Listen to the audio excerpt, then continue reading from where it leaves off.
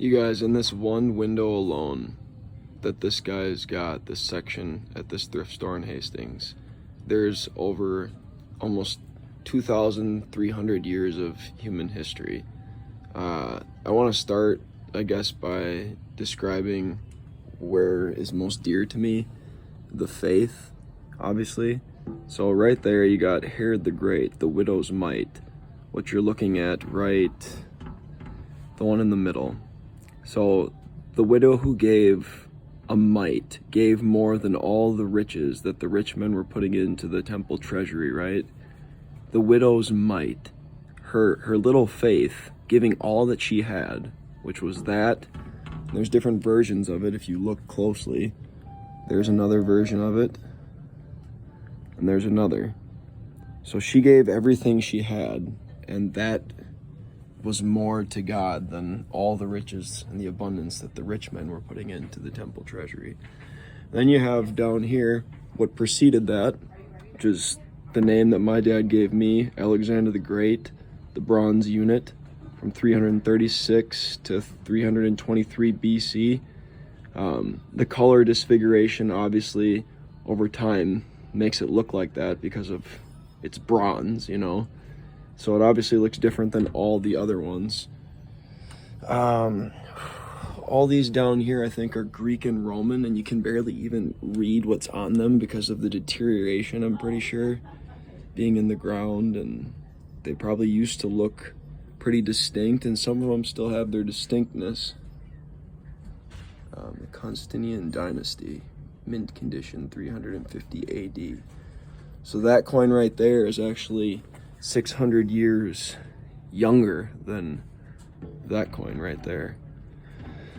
And then obviously he's got other things as well from the time of Napoleon, Napoleonic medallions. He's got, you know, stuff from the Middle Ages. Obviously the Spanish coin that I was telling you about earlier, that commissioned Columbus to sail to the New World.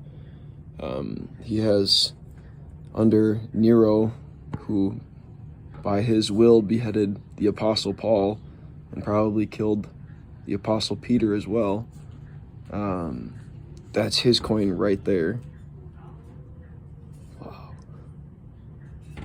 And then the Greek coins with the shields, Thebes, very rare.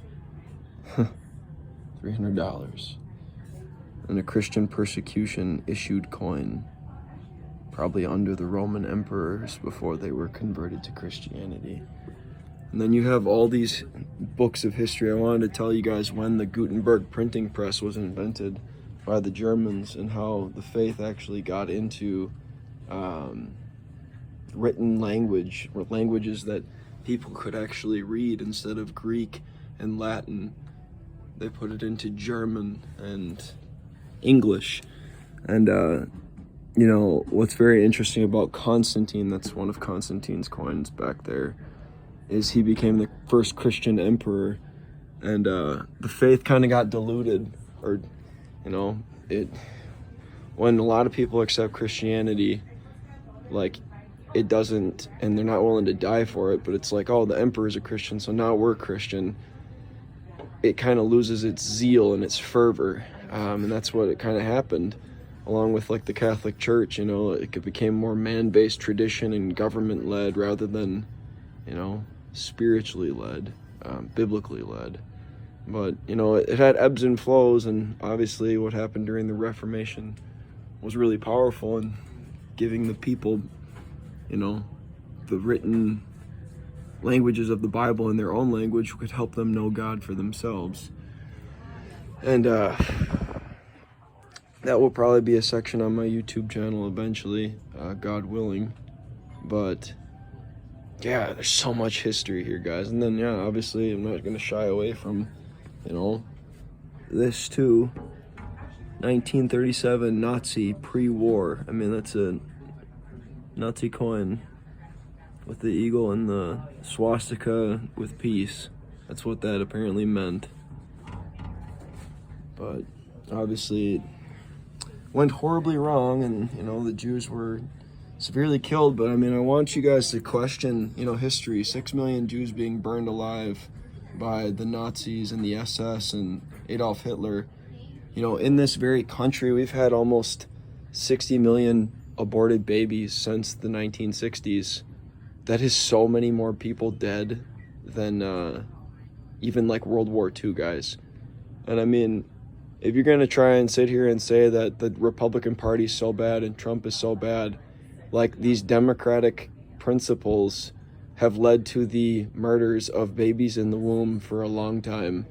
And like the whole LGBTQ plus agenda, guys, like, it's not good. And so you can say what you want about me and think what you want about my perspectives on things, but you know, history is valid, and you need to understand what caused empires to rise and fall, and what promoted lasting peace.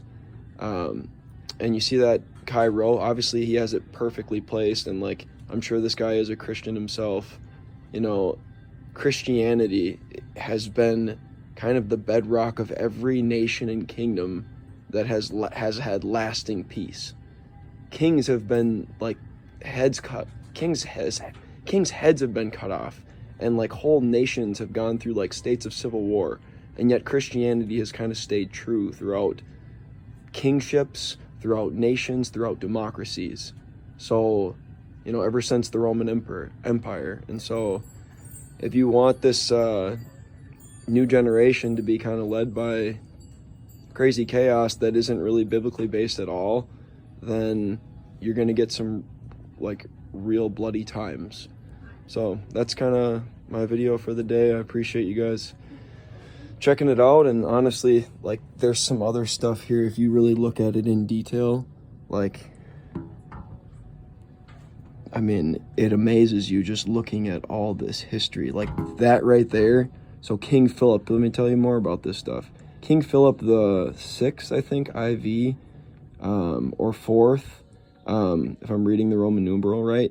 He's the guy who killed off the Knights Templar. Those were basically like the Christian military police during the Middle Ages after like one of the Crusades. They became so rich and so powerful and so just that the French king felt threatened because he owed them money, and he just had them offed on Friday the 13th one night back in, like, you know, I think the 13th century, if I'm remembering my history correctly. That's one of his coins, apparently. It's just, I mean, it's just sitting here in Hastings. But yeah, I kind of want to go back to Alexander the Great here, and then Herod the Great and the widow's mite. Always back to Jesus. Alexander made way for Christianity, spreading the Greek language, Hellenism, and then that eventually was what Alexander's language was what the New Testament Bible was written in, Koine Greek. And so Herod's mite, the widow's mite, and the Greek language, the Greek kingdoms, the Greek Empire. That's a super cool coin though too, the Spanish Empire commissioned Christopher Columbus. Beautiful castle. Alright, I think this video is long enough. At the bottom there they got like a Navy, Nazi, Third Reich Navy peacoat. There's some other World War I and World War II memorabilia, soldier's helmet, Nazi medallions and stuff like that. She showed me some other Civil War buttons too, and obviously like just gold and silver you can buy, but you know, Civil War era military buttons, and World War I helmet. So hope you guys enjoyed the video. Like and subscribe for more archaeology and history. Peace.